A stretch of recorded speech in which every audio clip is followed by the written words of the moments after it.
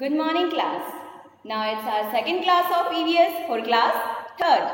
So students, सबसे पहले आप मुझे ये बताइए, हमारी क्लास हम स्टार्ट करें उसके पहले आप मुझे ये बताइए कि मैटरनल और पैटर्नल क्या होता है. What is the difference between maternal and paternal?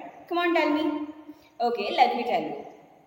Maternal means जो ममा की फैमिली से होते हैं, that is maternal family. और जो पापा की फैमिली जैसे कि बुआ चाचा ये होते हैं पापा की फैमिली की साइड, दैट इज पैटर्नल. ममा मैटरनल एंड पापा paternal. Okay, so let's continue our chapter, that is chapter first, my family. So come to class, let's start our first chapter, my family. अब family का मतलब ma'am ने आपको बताया है. Family, what is family? So a family is a group of people who are related to each other.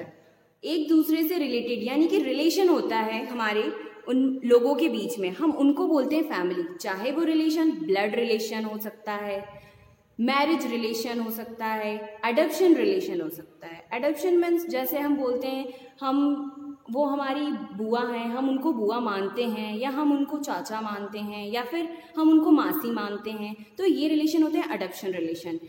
And marriage, शादी के बाद कोई अगर लड़की आपके घर आती है, आपके अंकल की वाइफ, तो वो आपकी चाची यानी कि आपकी आंट हो जाएंगी, तो ये मैरिज रिलेशन हुआ. देन ब्लड रिलेशन यानी कि खून, यानी कि जो आपके रियल ब्रदर सिस्टर हैं वो ब्लड रिलेशन हो गए. तो इस तरह से जो रिलेटेड होती हैं लोग आपस में वो होते हैं family. So at the board you can see that there are two type of families, nuclear family and joint family. In nuclear family there are parents and children. Nuclear family यानी कि इमीडिएट फैमिली यानी कि छोटी family, small family, इसमें सिर्फ parents यानी कि पापा मम्मा होते हैं और उनके बच्चे होते हैं.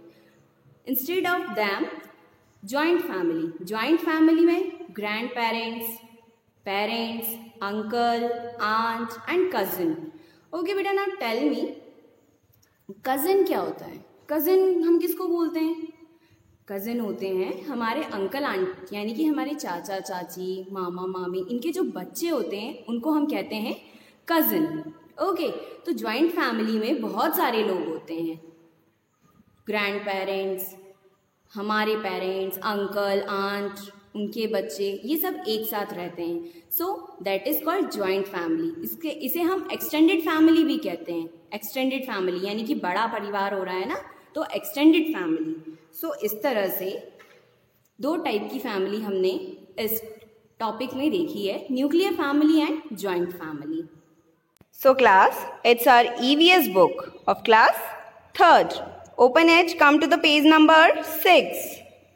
Now here, you have to do this activity. आपको ये activity करनी थी, मैम ने आपको homework दिया था. So have you done? I hope you did. Okay. Now, types of families. Nuclear family. A family that consists of parents and one or more children is called a nuclear family. Nuclear family जैसा ma'am ने बताया था आपको कि parents और उनके बच्चे, एक या दो, जितने भी बच्चे हों उनके बच्चे केवल. A nuclear family is a small family. A nuclear family is a small family. Now, next page, joint family. Joint family, a family in which grandparents, parents, uncle, aunt and cousin ma'am ने आपको बताया है, live together. It's called a joint family. ये सभी लोग एक साथ रहते हैं, इन्हें हम कहते हैं joint family. Okay. Joint families are a big or large families which cook, eat and stay together. ये सभी साथ में रहते हैं, एक साथ इनका खाना भी बनता है और ये सभी एक साथ खाना खाते हैं. ओके. सो क्लास, अब आपको ये बताना है कि आप कैसी फैमिली में रहते हैं. आप न्यूक्लियर फैमिली में रहते हैं या जॉइंट फैमिली में? न्यूक्लियर फैमिली में रहते हैं या जॉइंट में? ये चीज़ें आपको अभी मैम तो आपसे पूछ नहीं सकती हैं. मैम सिर्फ आपको ऐसे बता सकती हैं, तो ये चीज़ें आपको आपके पेरेंट्स को बतानी है। ओके, जो भी क्वेश्चन मैम कर रही हैं उसका आंसर आपको आपके पेरेंट्स को बताना है। ओके, सो आपका क्वेश्चन ये है कि आपको ये पता करना है कि आप कैसी फैमिली में रहते हैं, जॉइंट फैमिली में या फिर न्यूक्लियर फैमिली में, और जॉइंट फैमिली में हैं तो कौन कौन घर में रहता है। ओके बेटा, ये होमवर्क आपको मम्मा या पापा को बताना है, ठीक है। Thus, here you can see that at the page number 7 there is a activity 3 visible है बेटा 3। Okay, answer the question. ये आपको मैंने मेरे अकॉर्डिंग किया है, आपको अपने अकॉर्डिंग ये आंसर्स को फिल करना है। So what is it? Do you have any brother or sister? क्या आपके कोई भाई या बहन हैं? अगर हैं, if yes, how old are they? तो वो कितने साल के हैं? सो ये मैम ने अपने अकॉर्डिंग लिखा है। Okay, yes, I have a brother and he is 12 years old। You have to do, आपके अगर भाई बहन हैं तो आपको आपके अकॉर्डिंग लिखना है। Okay, do you look like your mother और फादर? आप किसके जैसे दिखते हो, मम्मा जैसे या पापा जैसे? So I look like my father. अगर मम्मा जैसे दिखते हो तो I look like my mother. How often do you visit your grandparents? आप अपने ग्रैंड पेरेंट्स के घर कितनी बार या फिर कब जाते हो, कब गए हो?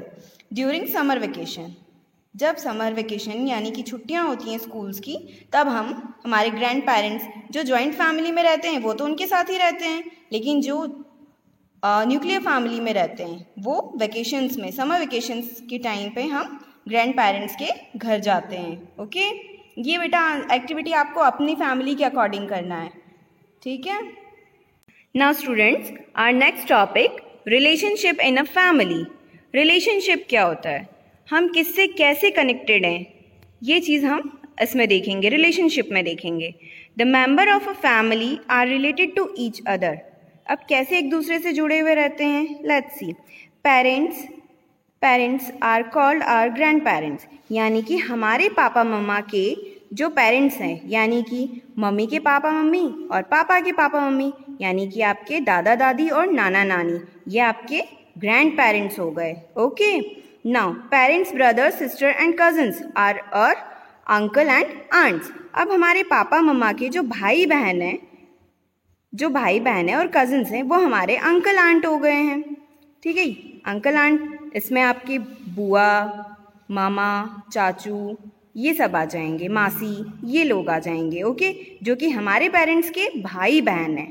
Okay, now next, the children of uncles and aunts are our cousins। अब हमारे जो अंकल आंट के बच्चे हैं, जैसे अंकल आंट, चाची, चाचा, इन सब के जो बच्चे हैं, मामा मामी, जो भी, ये हमारे कजिन्स होंगे। ओके, कजिन्स मैम ने आपको स्टार्टिंग में ही बताया था। Now here we meet relatives regularly as well as on special occasions like on birthday, anniversaries and festival celebrations। yes, अगर हमारी फैमिली जॉइंट फैमिली नहीं है, जॉइंट फैमिली में तो सब एक साथ रहते हैं, लेकिन फिर भी कुछ रिलेटिव्स रहते हैं जो कि बाहर रहते हैं, एक साथ एक घर में नहीं रहते हैं, तो ये सब हमें कब मिलते हैं? या तो कोई स्पेशल ओकेज़न हो, या तो बर्थडे, एनिवर्सरीज, या फिर किसी फेस्टिवल पे हम जो सेलिब्रेशन होता है लाइक दिवाली, होली एक्सेट्रा, इस तरह के फेस्टिवल पे जब हम मिलते हैं तो इनसे मिलना हमारा हो पाता है, जो कि हमारे जॉइंट फैमिली के मेंबर्स हैं। Our relatives form our extended family, और एक्सटेंडेड फैमिली बेटा मतलब जॉइंट फैमिली ही होती है, जो कि रिलेटिव्स मिलके, यानी कि रिलेटिव्स एक्सटेंडेड मीन्स बड़ी फैमिली बनाते हैं। Some relatives live in the same city, कुछ लोग सेम सिटी में रहते होंगे। आप भी अपने पेरेंट्स से पूछिएगा कि आपकी सेम सिटी में और कौन कौन रहता है, जो कि आपके घर में नहीं रहता है, लेकिन आपके घर में नहीं रहते हैं वो, लेकिन आपके रिलेटिव्स हैं और सेम सिटी में रहते हैं। And some lives in another city, other city.